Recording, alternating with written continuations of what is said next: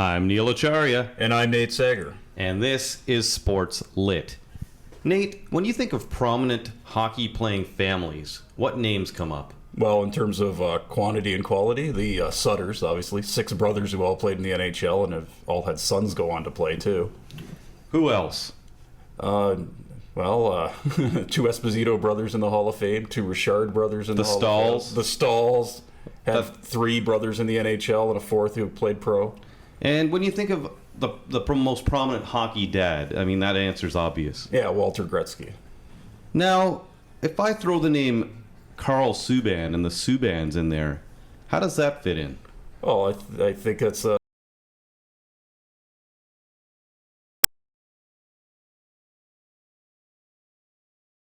with names.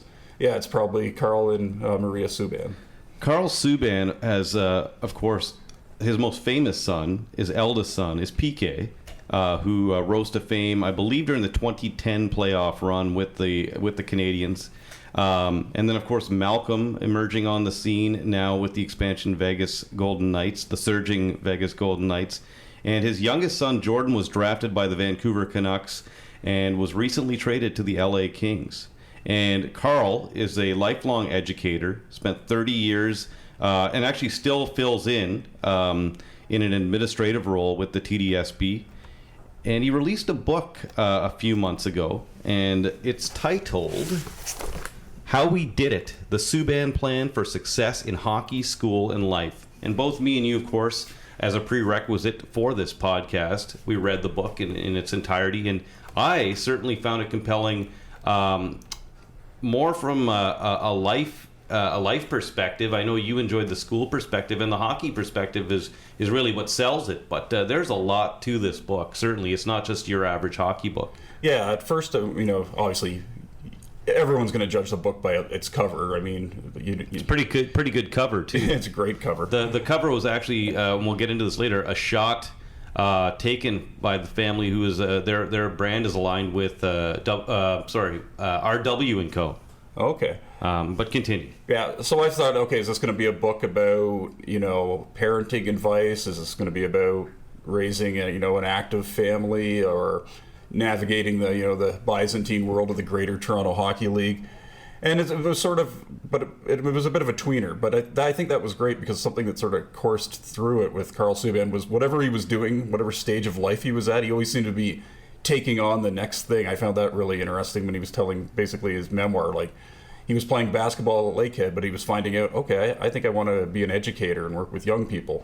But he's like, when he was doing his teacher training, he's like, well, I don't want to just be pigeonholed as the gym teacher, so I'm going to learn the sciences. And then he was taking on administration stuff, and he seems to have done that through his whole life. And I think that's really illustrative of, hopefully that's illustrative of who he is based on the reading, and I think it's instructive for anyone who probably reads the book. And yeah, so there was a lot to get out of it. I probably did get, as the son of a teacher, I did probably get the most out of his talking about what he did as a principal to try to get kids who weren't getting everything they needed from the school system, to get them motivated and taking ownership in their learning and their education. That was really interesting. Some of his abbreviations and acronyms were really interesting. That was especially interesting, and certainly, as I said, his life in Jamaica, emigrating to Sudbury at age 12, and then kind of having that vision. And I think the undertone, as I kind of came to the conclusion, it doesn't say out from the outset in the book, but I really felt as though he kind of maybe missed his chance to be a pro athlete from leaving Jamaica and leaving cricket behind at the age of 12, and then coming to Sudbury when 12. We all know this, it's a little late to start hockey and try and make it to the pros. He did end up playing college basketball, realized the NBA wasn't in the cards, but he always had a vision, as you say, and a vision for his kids. And we saw and we are seeing how that's turning out. So we're going to have Karl join us here, and we're excited to have him on.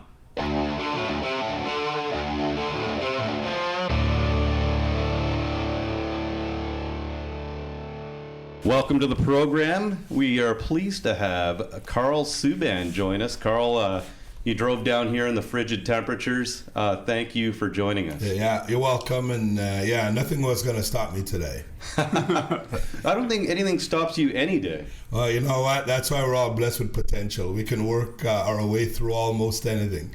Well, touching on that. This is a light breezy day in Sudbury. Yeah, that's right. It's a warm day in Sudbury. Yeah, if it was Sudbury, it'd be very warm today. Well, that's great because we can actually get right into your background. I was going to ask you to tell our viewers a little bit about yourself in terms of your life as an educator, and then maybe we can get into your time in Sudbury, but we can probably touch on that later as well. Yeah, I was born in Jamaica, and I'll just be quick. And with this part, my family moved to Sudbury, Ontario. We had relatives there, and my dad was a diesel mechanic, so he had a job right away in the mines. And my mom was a seamstress and self-taught, and she got a job right away at Sudbury Steam Laundry. And we knew what our job was, their children, to go to school, and that's what we did. But that's how it started, and that's where it started for us with hockey. And what was your question? Well, no, your background and your kind of education too. How you? But I guess we can touch on this as we go. I mean, did you always have a book in you? I mean, just reading this, it seems like you had a book in you, but you can tell us. Yeah, well, the one thing that the book's about, a big topic in the book, is potential. So I know that I have that in me, and within our potential, we have so many possibilities. And I guess one was a book, and the book came about because of the success of my children, especially the three boys. The girls are both educators in the Toronto District School Board, and everybody knows about PK and Malcolm and Jordan. And everywhere I would travel, people would ask me, how did we do it? How did we manage to raise three boys who were drafted and signed by NHL teams? And so that's why the title and the book is about my feedback to that question, which I refer to as the $1 million question. Your background in education. Tell us a little bit about that. 30 years and still going with the TDSB. Yeah, it's when I got to Lakehead University, I knew one thing, that I wanted to play basketball, and my dream was to play in the NBA. And it didn't take me long to realize that no NBA team would draft a 6'3" center. You know what I mean? Even if his jump hook was pretty good. So, luckily for me, I started working at the basketball camp that our team would organize. And so I started working with young children. And I discovered something about myself that, wow, I loved working with them. And what I noticed from the students I was working with, they loved working with me. And it's funny that my co-author, Scott Colby, also attended the basketball clinic, and he had looked up to me. He told me that later on, and so that's how it started with me in terms of my teaching career. Yeah, and that sort of segues into our next question, Karl. What was the process? I mean, you explained the connection that you just explained the connection you and Scott had, Thunder Bay and basketball, and which was interesting. I've read Scott for many years. He used to be a reporter at the Kingston Whig-Standard. Yes. I remember a great feature he wrote about one of the local football teams that only had 17 players, and relating it to his own high school football experiences in Thunder Bay. But what was the process like of you working together? Because I mean, it's one voice in the book, yours, but obviously, Scott's got co-author credit, and yeah. Well, I was doing some work either for Canadian Tire or Hyundai Canada. I'm not sure which one, but I was doing my, my media rounds, and Scott got in touch with me, and he told the person who I was working with that he knows me, and I should give him a call, and I called him, and then he sort of refreshed my memory. And he not only worked with me at the Lakehead basketball schools, but he also worked with me at A&P. And he reminded me, and he used to punch my time card at night because I had to leave a bit early to catch the late bus home. But, he said, Karl, you should write a book. And I said, Scott, you know what? I would like to write a book. I've been thinking about writing a book. And we met over coffee, and we decided that we'd work together, and it's been really a smooth process. It's been a wonderful growth thing for me because Scott has made me a better writer. and he sort of led the way in terms of organizing the book, structuring the book, also with a lot of help from Random House. But I sort of became a lot better at telling my story and writing about my story. So we'd get together and he would have a series of questions and I would answer them, and he'd record me and so on. And then I would go home and I would use that title we came up with, or that chapter, which we identified at the time, and write. And I had my best time that was in the morning, and I'd write and write and write and write, and I'd write 5,000 words. Sometimes I didn't like it, I'll get rid of it. And the next day I'll start over again. And that process, it got better and better and better. And I got better at telling my story, and then Scott would just piece it all together. So we, after a while, I mean, he knew our story. He knew it just as well as I did. How many years did it take you to do this? Yeah. So from the start to the end, it's about 2 years. It took us about a year to write the book and to complete the manuscript. And then they take another year just to get it all ready to what it is today, that this book you see in front of you. And yeah, it's about 2 years, and I also did the audio recording of it, the audio version. And there's also a French version too for all those who only read and speak French. Great. There's a nice flair to this book too. It's not your typical book in the way it's structured.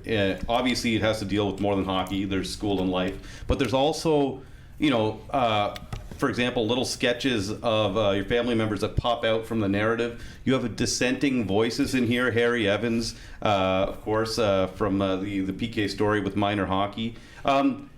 That's unique to me, at least from what I've seen. How did that all come? Was that Scott's idea? Was that you? It was Scott's idea about having the different voices, and I agreed with him because we wanted the book to be authentic. We just didn't want it just to be Karl Subban's voice. We wanted our children, my wife, and Harry, and George Burnett too. And I wasn't there when Scott was asking the questions and piecing it all together. And we wanted to be the real story, not just Karl Subban's story, even though I'm an important part of the book and my voice and experiences obviously are captured in it. And just, I guess I really like the structure of it because, sometimes the test of a book is the rereading it, right? Yes. And if there's okay, I can go back to the section on the chapter on Belleville. I can go back to the chapter on. I'm a teacher's kid, so I really found the parts on education really interesting. Where was the sort of idea? How did you brainstorm a lot of the ideas when you were an educator? When you talked about getting the class of 21 together, or getting the 60%, the acronyms, and GPS. Yeah, the GPS. Yeah, there are a lot of stuff in there that I want people, whoever reads it, I want them to take away something from the book. And someone asked me, who is the book for? I said it's for everyone, because everyone was born with potential. But when you look at my life, my world, education, hockey, and my family, being a parent of education, sports, and coaching. Those are my three life circles. And so those are the experiences that I drew from and to capture in the book to tell people how we did it, because it wasn't just one thing. It was like a process. I can't identify one thing. It was sort of many things we did. And the other thing is, we didn't do it by ourselves either, Marie and Karl, because I one of the quotes I use in the book, the African proverb, it takes a village to raise a child. Mm-hmm. It also takes a village to raise an NHLer. And as a parent, one of the lessons I learned is that we can't do it, or I can't do it by myself. Whether the teachers, the coaches, the Harry Evans, George Burnett in Belleville, PK's power skating coach who lives in Florida now, Cam Brothers. It really, they say the bigger the dream, the bigger the team, and the more important the team. So me and Nate both got different, there was different elements to this book that we liked in our own way. Yes. Of course, you talked about the education part. I really liked the family life part and your history. And I was hoping now maybe you could read a little passage for us from your book. I'll hand it over to you. Okay. And it's just from there to the next line there. Okay. So yeah, just down there. Growing up, my brothers and I knew we were loved. We never had a lot, but we always had enough of what we truly needed. If something had been missing, we would not have known it. We were very happy. Our family cared for us and loved us. They didn't have to say it in so many words. We just knew it. We also knew showing respect was paramount. There were 4 expectations placed on me, like a license plate on a car, and they came from my parents, my extended family, and the community. These expectations were as ubiquitous as the hot Jamaican sun. They were always there in my conscious and unconscious mind. 1, work hard in school. 2, behave well, watch your manners, and always respect your elders.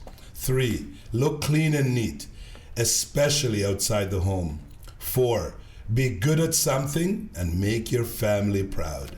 These expectations set the tone for the early years of my childhood and much later, influenced the expectations I had for my own 5 children. And I'm going to add, and all the children I worked with in my education career. That's great. I added that part. Did you narrate the audio version too? Yes, I did. Yes, I did. So we could tell. We saw your oration on that. Was that? We're going to get you to read one other thing too here, because you're so good at it. Just from right there, and I think you'll find it interesting because it relates to someone in this room right now. Yeah, the Subban hat trick was cause to celebrate. Of course, getting drafted and making it in the NHL are 2 different things. PK made it, but what if Jordan does not become an NHL player? There's one message I keep coming back to with Jordan. Never count him out. And that is not just my assessment. Consider what his brothers and sisters have to say about him.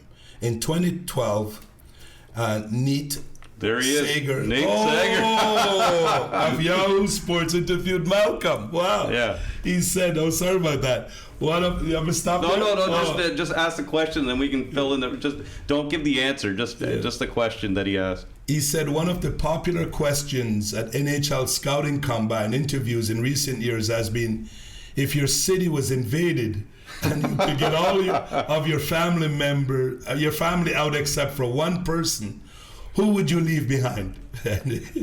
So, Nate, can you tell us a little bit about that?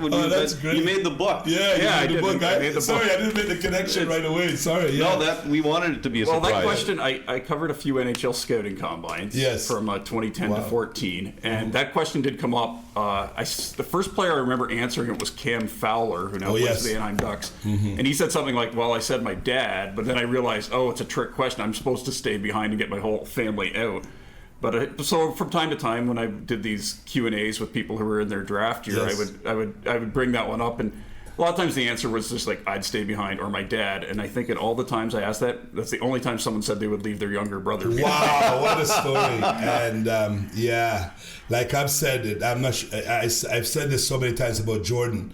There's 7 of us sitting at the dinner table, and only 6 slices of bread. You know he's going to end up with one. And we haven't eaten in a week. Jordan is going to get 1 slice off for himself.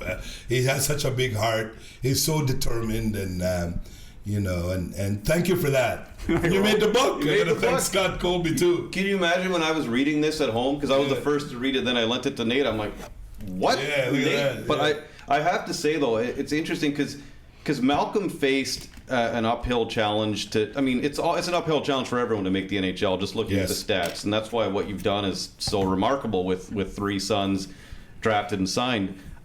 Malcolm in particular started playing goal late. Yes. But with Jordan, does he, now that you're kind of looking from afar with, where everyone's at right now, does Jordan face the toughest challenge to make the NHL? Because for our viewers, he just got traded a couple weeks ago to the Kings from the Canucks franchise. To me, there are guys over 6 feet who make the NHL, and obviously there are more guys over 6 feet than under 6 feet. And if anything, the NHL is getting not so much bigger, but probably faster, quicker, and And so, but it's about opportunities. It's not even so much about size. It's about opportunities and skill and determination and patience. And so it's hard to say if he's having a more difficult time, because he's still in a great position. He's still young. He's still learning his trade. And I know eventually he's going to get his opportunity, and he knows too. But I'm not going to say that it is, if he's having the most difficult time of it. Okay. Nate? I sort of want to circle back. We were talking about when you were getting your children involved in hockey, and I think around page 103, you sort of mentioned there were 4 S's. There was skating, shooting pucks, stick handling, and shinny, and that sort of conjured up to me just how structured all kids' activities are nowadays. And because the shinny part seems to be about learning to play and learning how to be creative. Is there enough of that in minor hockey? Well, my boys couldn't get enough of it, because as soon as the outdoor rink was in at Sunnylee in Etobicoke, we were there. And PK started there about 4 or 5. And that was a really big part of their hockey development. In some ways, it was more important than even the power skating they did. It's that free play. It's playing without the adult intervention. There's really no keeping score. It doesn't matter your age. I remember PK started out following the puck, and then eventually he grew into carrying the puck. You know what I mean? And so I don't think, I don't know about all the kids today and what they're doing, but I hope that they're spending more time playing shinny during those winter months than anything else, because my boys did not miss an opportunity, and we created these opportunities for them every day. It didn't matter how cold it was, we were out, and they loved it. And maybe sometimes when they're younger, they probably love the hot chocolate more, but they really loved it. And you know what I liked about it too? When PK was young, the older boys would take care of the younger boys, and there was a pecking order. But it was it was just done the right way. And there was no referee, there was no whistle, there was no replay, there was no benching. And I remember I could see it right now, PK playing, and I'm skating on the perimeter of the rink with Malcolm and Jordan. I've got one in one hand, one on the other hand, until they got older and Malcolm was in net and Jordy wasn't played out, because Malcolm always had that goalie itch. It's just that we wouldn't scratch it for him. Yeah, that's a great element to the book, because as the story goes, I think he was 12 or 13. He was 12, yeah. 12, and he decided to play goal. Now, if you're it's a very crucial year in the development of any hockey player, because what is it, before Pee Wee goes into minor midget? Maybe you can correct that. Yeah, Pee Wee and Bantam. Yeah, I started at Pee Wee. He said, and we wrote about in the book that if I can't be a goalie, he wants to quit. And just go back to Malcolm a bit, if you guys don't mind. Yes. When he started out, he when he played soccer, he wanted to be a goalie. In the hallway, he was the goalie. When they had those mini-stick games in our hallway in Etobicoke in our home, he was the goalie. And so in the house league, he was also a goalie. But I coached his all-star team. Mm-hmm. And so he was really our best player. Malcolm, same age as Ryan Strome, who's a really great player in Toronto and in the GTHL and the OHL and now in the NHL. And Malcolm played against him and could keep up to Ryan, and not too many players could. And so he, if you'd have told me that he was going to make it as a goalie when he was 9 or 10, I would say, what are you talking about? Because when he decided that he wants to resign as a player, I think a lot of people were shaking their heads. What's he doing, including his mom and dad? But I learned an important lesson that, as a parent, you clear the way, pave the way, and then sometimes you just have to get out of the way, With that in mind, it must have been, it was covered in the media. It was covered by me too. It must have been an amazing feeling on your second father-son trip of the season, which is remarkable in itself. A few just before Christmas, to see Malcolm play against PK and then get the shootout win on the father-son trip. But can you just tell us a little bit about what that was like and relive it for us? Well, first of all, you know, I was there with the Vegas dads in Nashville. You know, it's take your dad to work trip. You know, that's what the NHL does. You know, most of us will take our kids to our work. Now, my kids are taking me to their work, and so. But all day long, I was thinking about how fortunate I was and to be in the position that I was in. And I remember my tweet, you know, thanking the NHL and thanking the Preds and thanking the Golden Knights for this wonderful opportunity, this wonderful moment. And then the other thing I thought about was, you know, it started with a dream, and I never forget that. And so my message, and the message in the book is, one of the messages in the book is, you just never know what you're capable of accomplishing when you conceive a dream.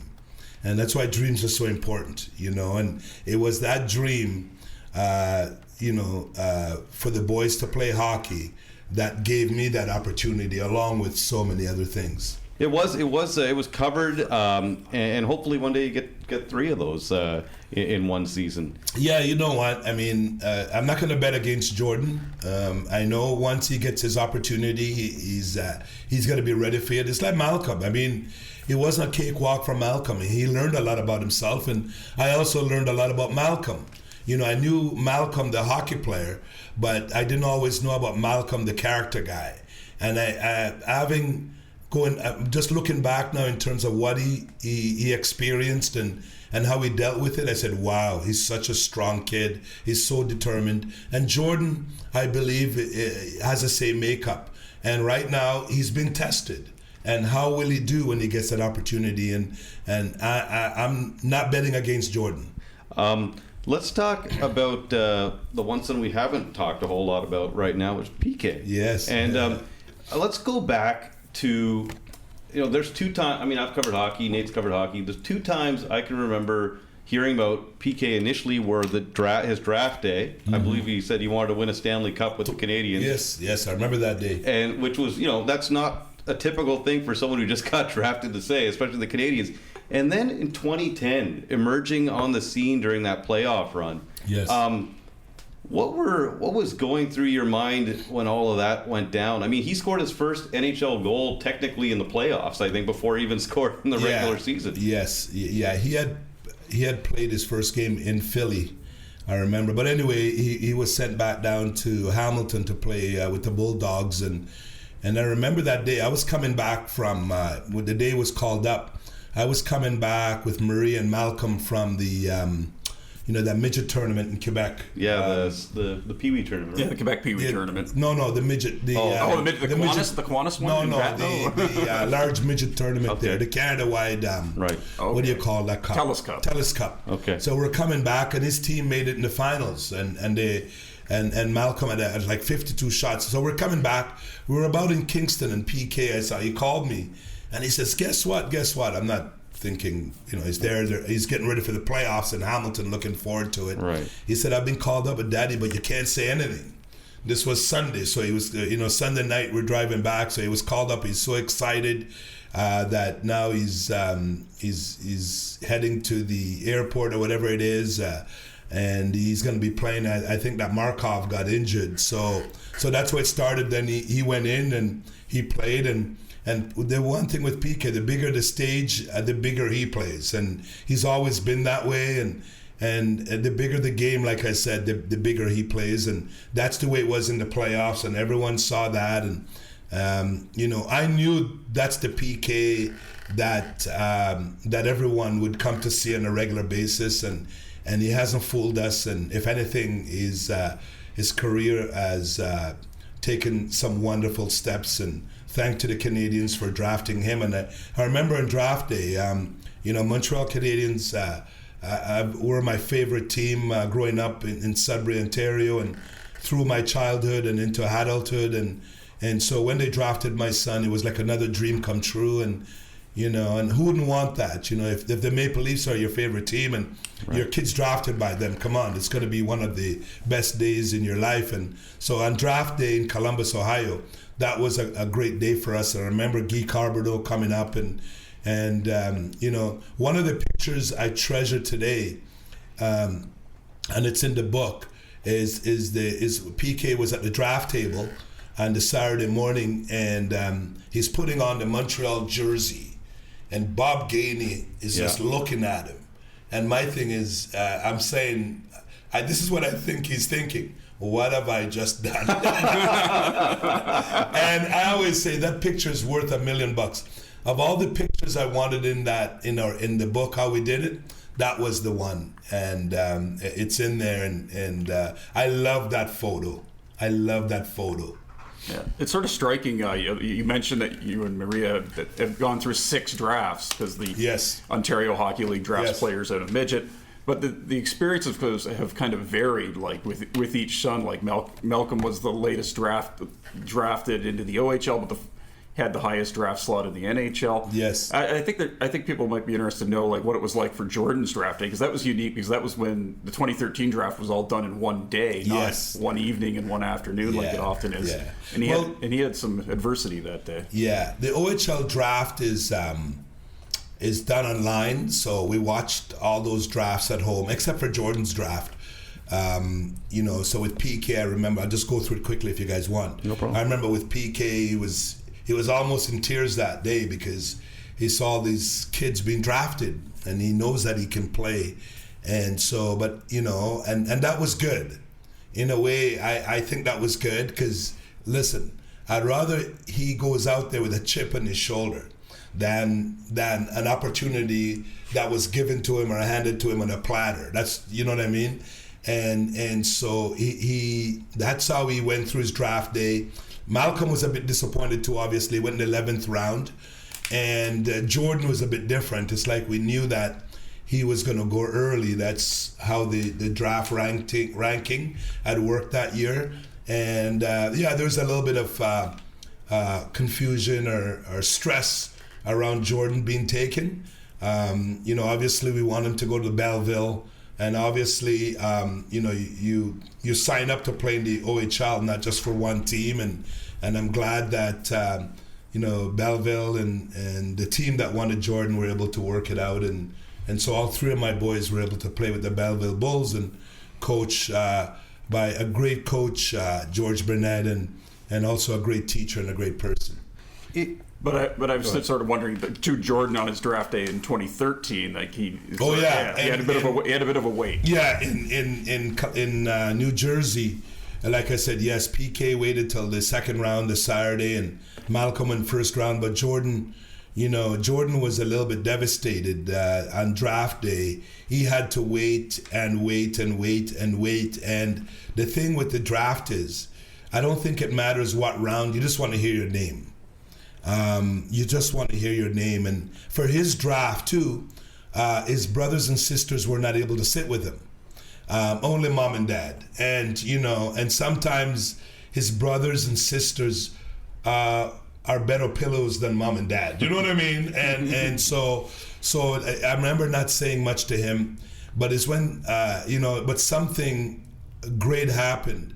Max Domi, who was drafted in the 1st round to Arizona, came and sat with Jordan, and he took time out of his great moment, the moment that he's dreamt for all of his life, to follow in his father's footsteps, to come and sit with Jordan, and Jordan had a shoulder to rest his head on, and I'm forever indebted to Max for what he did, and I'm thankful to he and his family, and I'm so happy today for Max that he's having the success that he's having. Yeah, I wonder how many guys would have done that, because it is a whirlwind if you're a 1st round pick, because they have this like special reception room for the 1st round. You're gonna sign stuff and their families, and you have to go sign stuff. And he peeled himself away from that. I had to write about it in the book because, like you said, it's how many people would have done that. I've never forgotten that. Never will.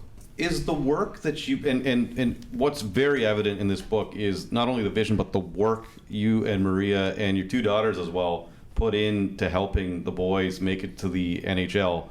Is that indicative of other families around? Is that what it takes? Is that how hard it is to make the NHL? Because it certainly didn't, there was a vision here, there's a drive, and there's a lot of work and time. Yeah. Others around, I mean, you've seen other kids that came up with your boys. I mean, Yes. is it the same type of work those parents are putting in that you're putting in? Similar? Yeah. I mean, I remember what my daughter said at her wedding. If you want to know about making sacrifices, just speak to my parents. Yeah. But my daughters too. It takes the entire family commitment. I mean, obviously, it takes time, money, a great dedication and commitment, not just from mom and dad, but from their brothers and sisters. But the boys also knew that others were supporting them. So, they worked hard and they practiced hard. They never one day said to me that they didn't want to go to power skating, or they never wanted to shoot pucks, or they didn't want to stick handle, because it's like, I'll get up 5 o'clock in the morning to help prepare their breakfast before they train. If they're going to sleep in, I'm not going to make breakfast for them. Come on. I'll do it once in a while, but if they're working hard, I will work hard. Right. And so all along they worked hard, and so we worked hard too. And the girls, like I said, they made a lot of sacrifices. And even though Taz had her basketball and Natasha had her basketball, but as they got older, they helped sometimes with the babysitting when Malcolm and Jordan were too young to travel, and also with the driving as they got older. So it really is a team effort. I know sometimes dads will get a lot of the credits, or moms will get all the credits, but and then like I said, it takes a team because so many people have worked with my boys and influenced them in a way that they needed to be influenced to be where they are today. No, I was just thinking because it's the numbers again are staggering. To be able to do what you guys have done. And I mean, it doesn't happen at all by accident. This isn't, like some of the guys I interview that started playing in the original 6 era that signed themselves up for hockey at 5 and then, just kept going at it and wow, okay, I'm going to make the NHL. It seems pretty clear now that if you're going to get there, it has to be full dedication from everybody. Yeah, it takes, you start young. I really believe in starting young, and it wasn't just and because we wanted our children to know what they were good at. I really believe that's an important piece of parenting that Maria and I attached ourselves to. We wanted our children to know what they're good at as young as possible, and skating was one of them.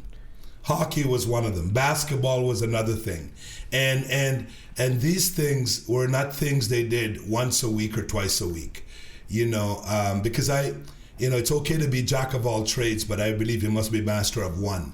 And it's when you work to master something that you learn about yourself, you learn about what you're capable of, and so. There's a reason why, we did it as regular as we did. Like I had a saying, the only thing better than skating 5 times a week was 6. You know what I mean? I might have been happy skating 5 times this week, but the only thing better would have been 6. And so that was the mentality. We were happy with what we did, but we're never satisfied. Because you skated today doesn't mean that you shouldn't skate tomorrow. You know what I mean? And so the boys and girls develop some habits. I call them achievement habits.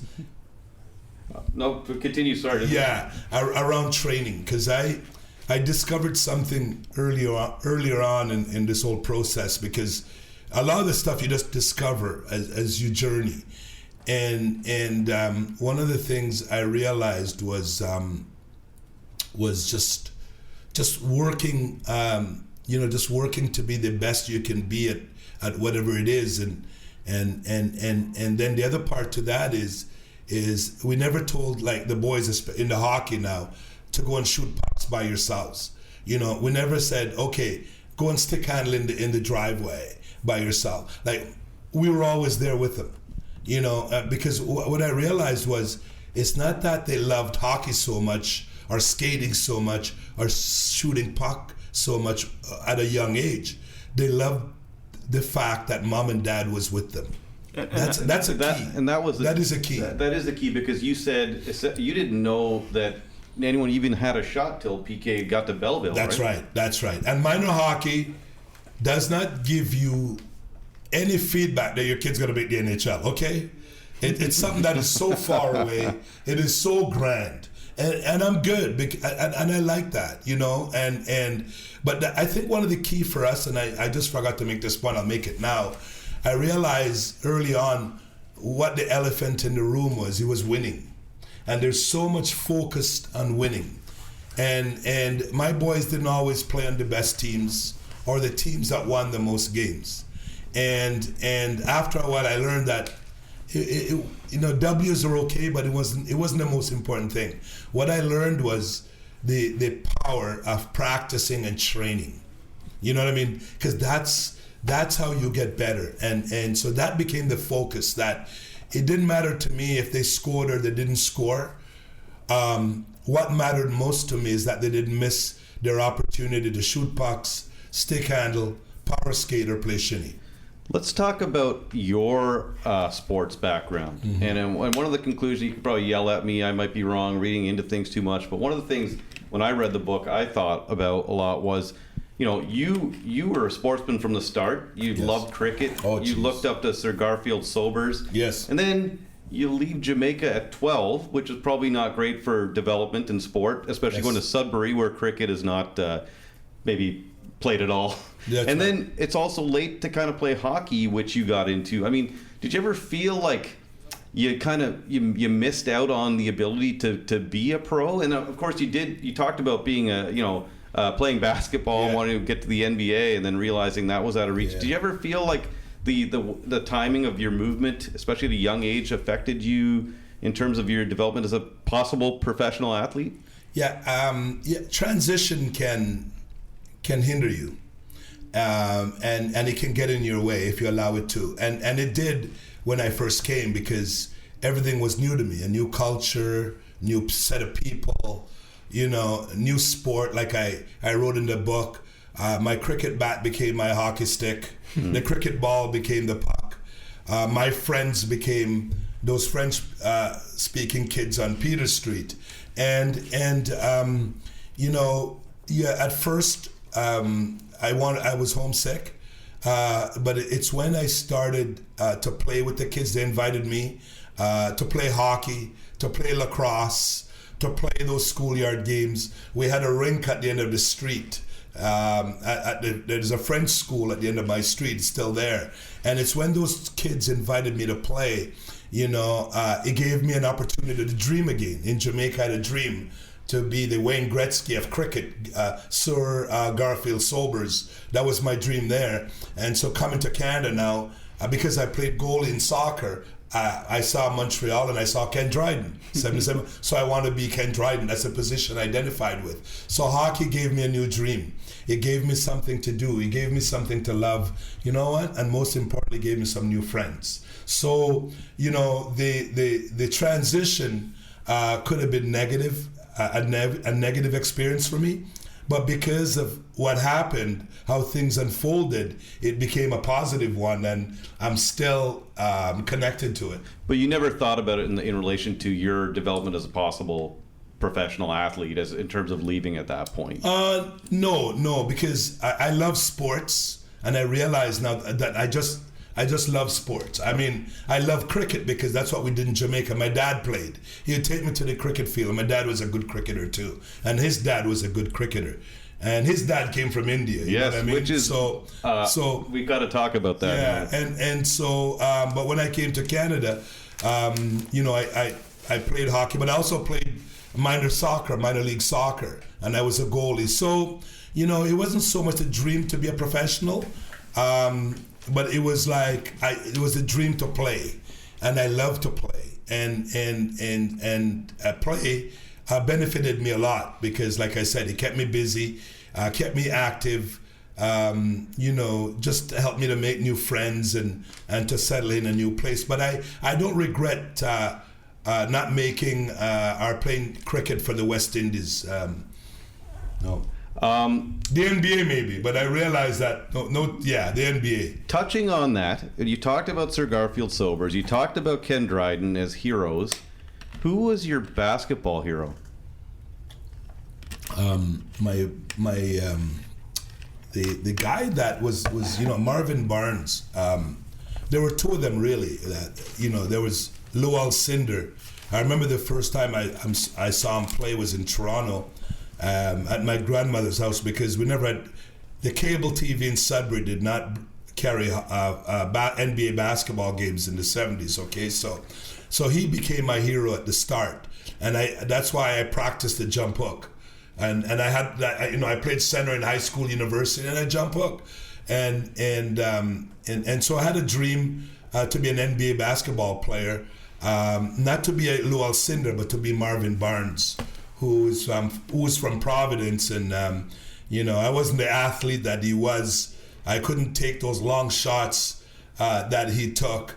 But I guess I love this sport as much as he did. So one thing we instituted here, and by the way, this is season 2, episode 1 on a new year. This is our 4th episode, but season 2, episode 1. Okay. We like to give our guests a gift when they come on. That doesn't mean the interview's over. Okay. But judging on what you just said, we thought this would probably be a good gift for you. Oh, wow. Yeah, bad news. Wow, the turbulent life of Marvin Barnes. The Marvin Barnes autobiography. Wow, thank you. No problem. Wow. Don't worry, it's not a used copy either. We got. Yeah, no. This is fantastic. Let me tell you something how this goes, because I wasn't really I wasn't really a good student. I wasn't a bad student behavior wise, but in terms of academic, I struggled. And I guess because of the lack of book experience, being an educator now, I know how important that is. If anything I lacked, that was it. But I remember I fell in love with reading because I wanted to be an NBA basketball player. And my mom would give me money to buy the Basketball Digest. And so that's, I started reading about Marvin Barnes, because I said, if I want to be an NBA player, I better read about them and learn about them. And, I would take up books in the library, but I did a lot of reading using with the Basketball Digest as a source. And I'd read about Marvin Barnes. But I was in Providence at the Dunkin' Donut Center, and I looked up one day and I saw the banner. And you were in Providence because of Malcolm. Malcolm was playing there. Yeah, I looked up and then I spoke to someone there in the arena who knows of him, and talked a little bit about his life story and some of the troubles he had. And when we think about his story, one of the things I talk about in the book is that we get a lot of pats on the back, mom and dad, Carl and Maria, about our children's successes and achievements, and sometimes people forget this point that I've made in the book, that we want our children to make it in their profession, but we also want them to make it in life, and that's an important part, that as PK, Malcolm, and Jordan, as they're striving to fulfill their dreams, mom and dad also want them to make it in life. And I think, sometimes maybe making the NHL might be a lot easier sometimes than making it in life, even though the NHL is the odds of your son making the NHL are slim to none. Yeah, and that sort of brings up, you brought up a couple of things, Karl, that were really interesting, because you were talking about how much, when the boys were doing stuff in the driveway and you were there, and how much they appreciated that someone was there, and how through sport as a child, as a newcomer to Canada, helped you fit in. How much have those values been at the foundation of what you tried to do when you were a principal, like at Broadview at middle school, and reaching out to kids and letting them know, hey, someone you're loved and you're valued, and yeah. I mean, I look at sport, when I think about my family, as an extra parent, and I think that all families could use that extra parent, that thing that our children love to do. And when you find that thing that love to do, clear the way and pave the way and get out of the way. That quote's in the book. It's not mine, but I use it.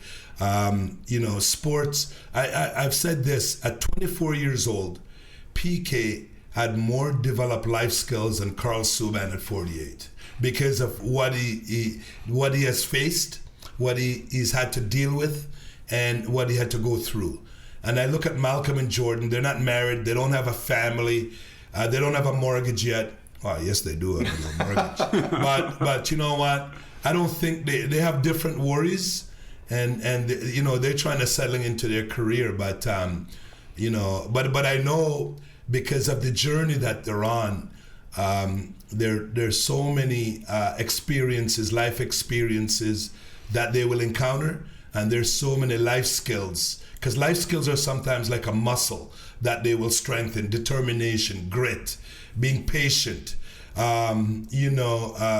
not giving up on themselves, and never stop believing in their potential, And so even at Brookview Middle School, which is, some people say it's a tough part of town, and I've been there for 7 years, and I don't see what is so tough about it.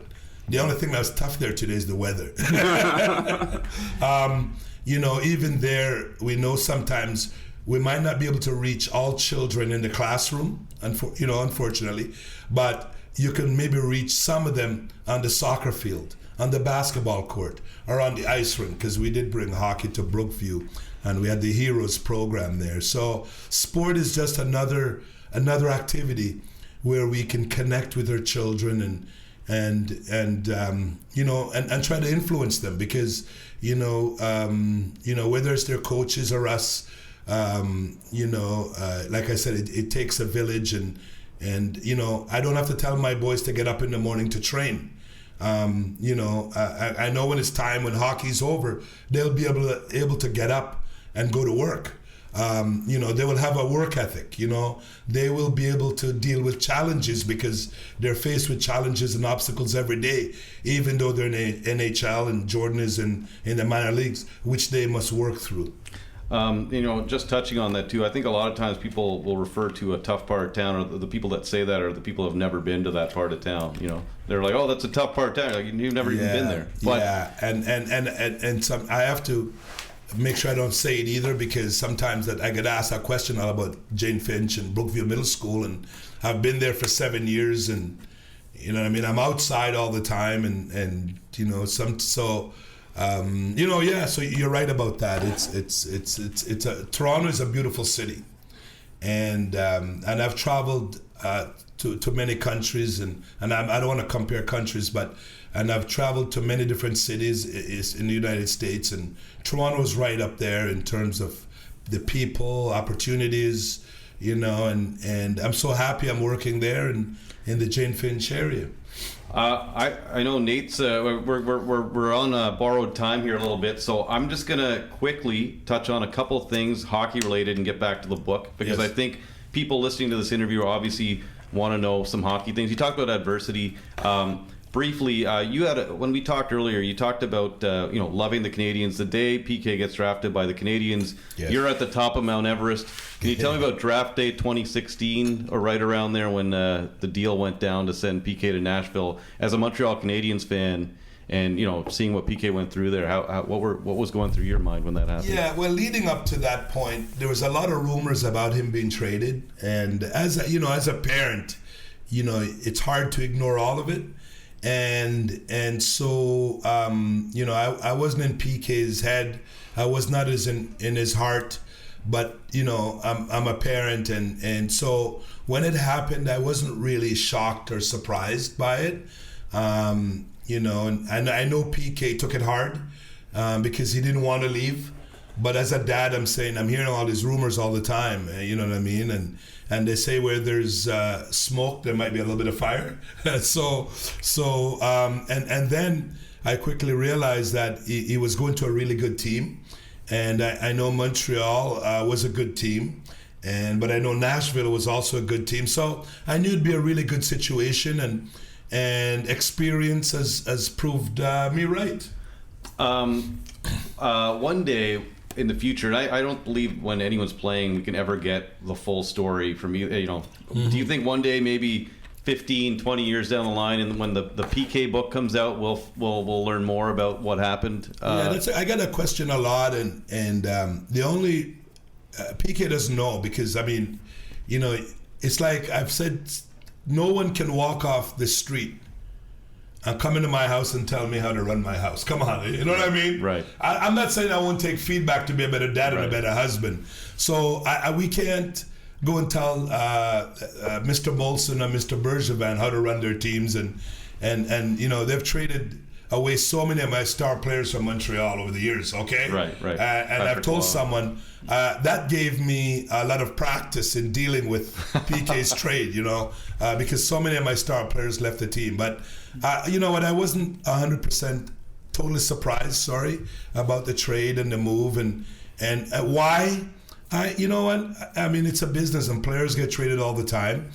People, I hear a lot of different things around why it was race, this person, you know, but it's all speculation. You know, I don't have any bad feelings towards the Canadiens. Look, they gave PK an opportunity to live his dream. PK became an NHL All-Star wearing that uniform. He became so popular. I mean, he became famous. And he became very rich. So why would I want to look at the Canadiens and say, you know what, you've done him wrong? You know, they're more good out of this story. But you know, I think what has happened is the day they traded PK, I think it wasn't just PK who left Montreal or left Canada to go to Nashville. So many fans did too to follow him to his new city. And you talk about it in the book too. I mean, the charitable legacy. Yes. The roots of that are in the book too. You mentioned a trip to Haiti that Yes. PK took. Yeah. You know, And just so our listeners know, PK donated $10 million. You can tell me the year. A few years back to the Montreal Children's Hospital. Yes. And that legacy was created by, as referred to in the book, by a trip to Haiti, perhaps. Yeah, that was one of the things that influenced him. But you know, I'm going to go back and say the OHL does a good job in getting the players ready to do charitable stuff, because that's where it really started with PK. Plus, being who he is, there were many invitations for him to visit hospitals. I know the Bulls did it. He did it with the Canadiens. And there are a couple of stories that really touched him and moved him. And visiting Haiti too changed him.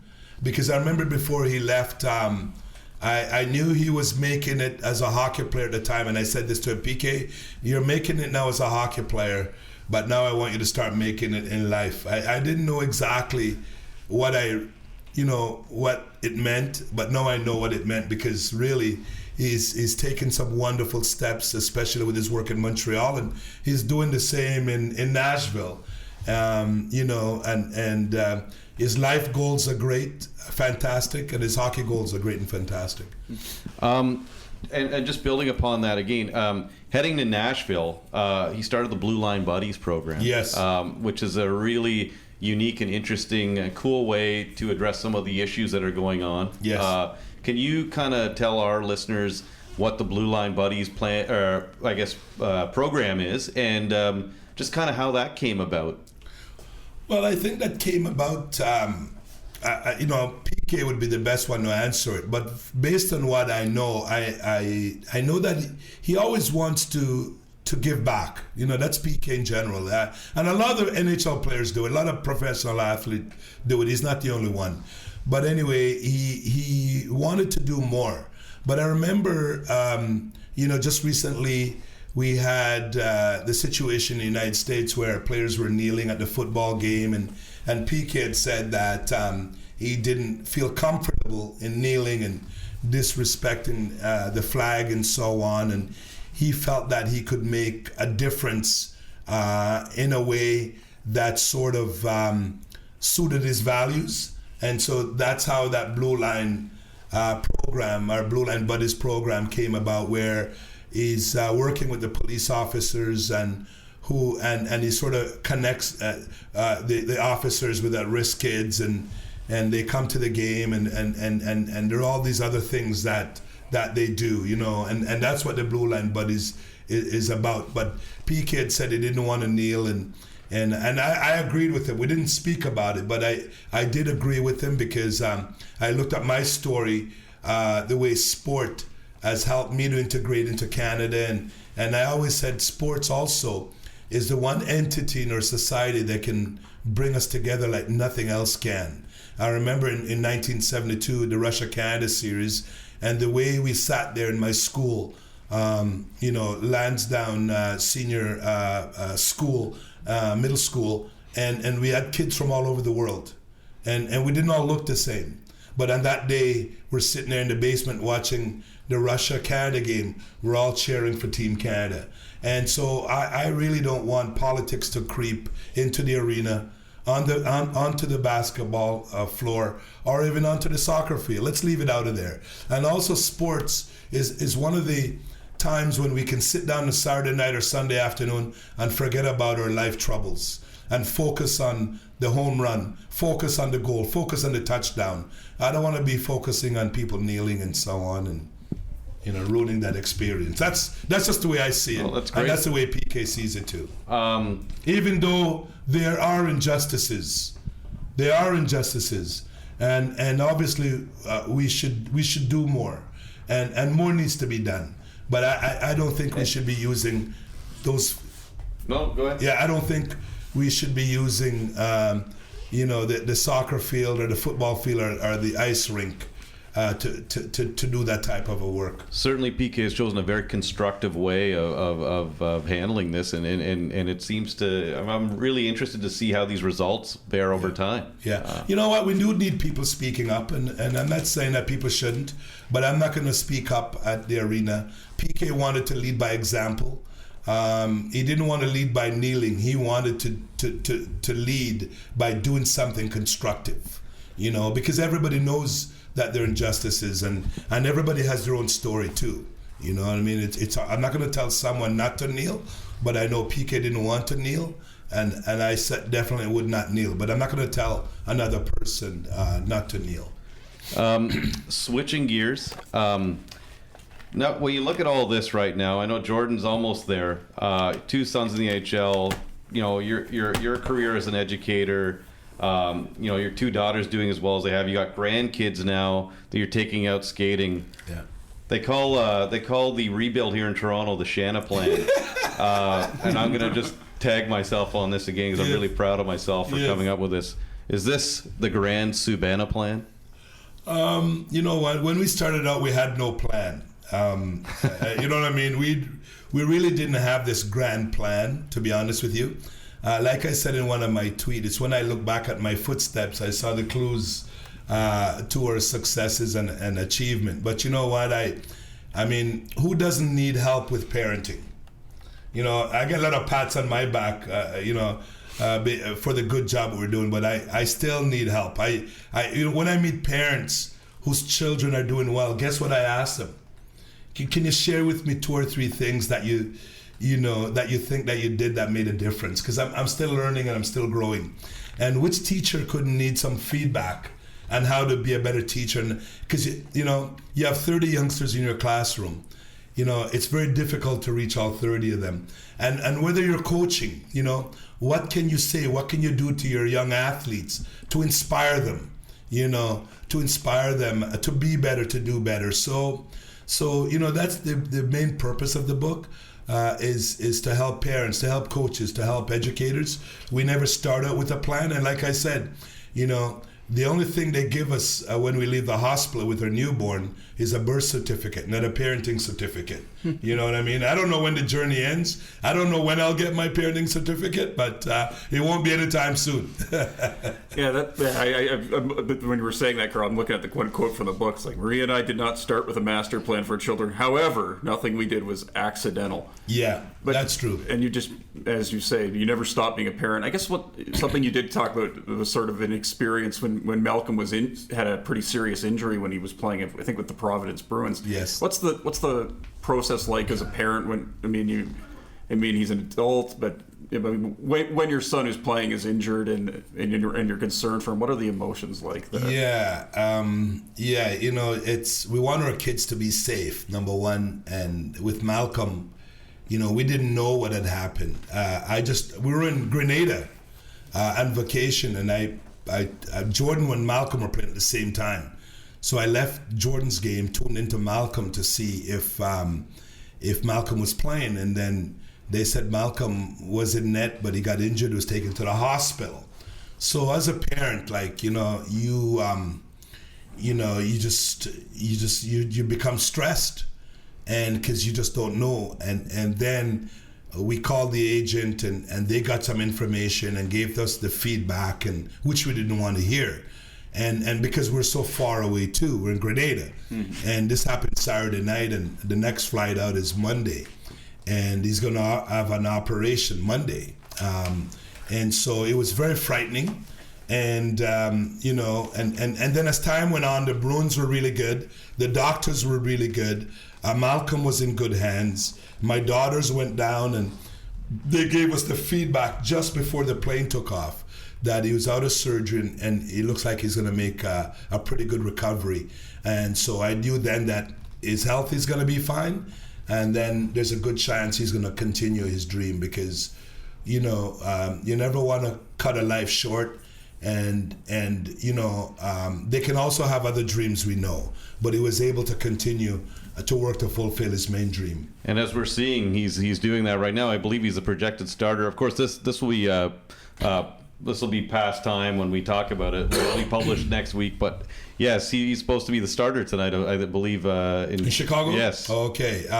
He's, he's had a good run with the team. What a great team. And Dave Pryor, the goalie coach, Mr. Gallant, the coach, Mr. McPhee, the GM.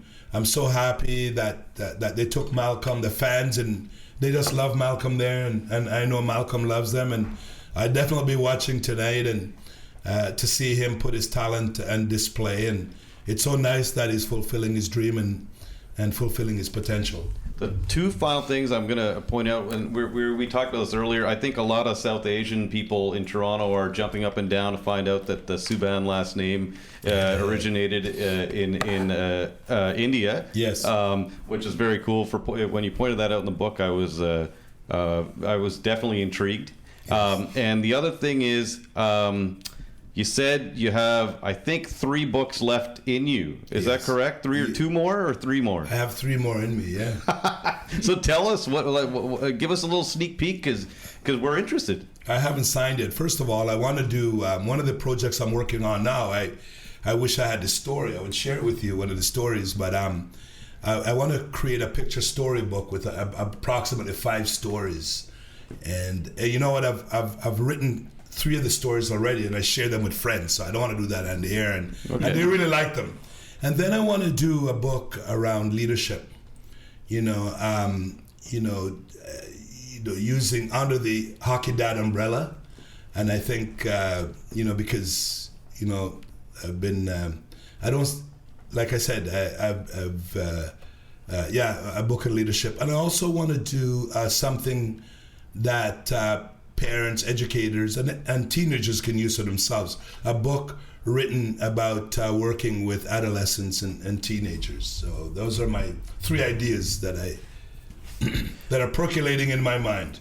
Well, we look forward to reading those books when they come out, and we look forward to. Would you like to come back on? Because we certainly would love to have you back on. Well, you know what? It's been a great time with both of you, and I would love to come back. Plus, you gave me a wonderful gift. Bad news here. The story of Marvin Barnes, and I can't wait to read it. So I thank you. I'd love to come back. Thank you very much, Carl. Yeah, All right, thank you you guys.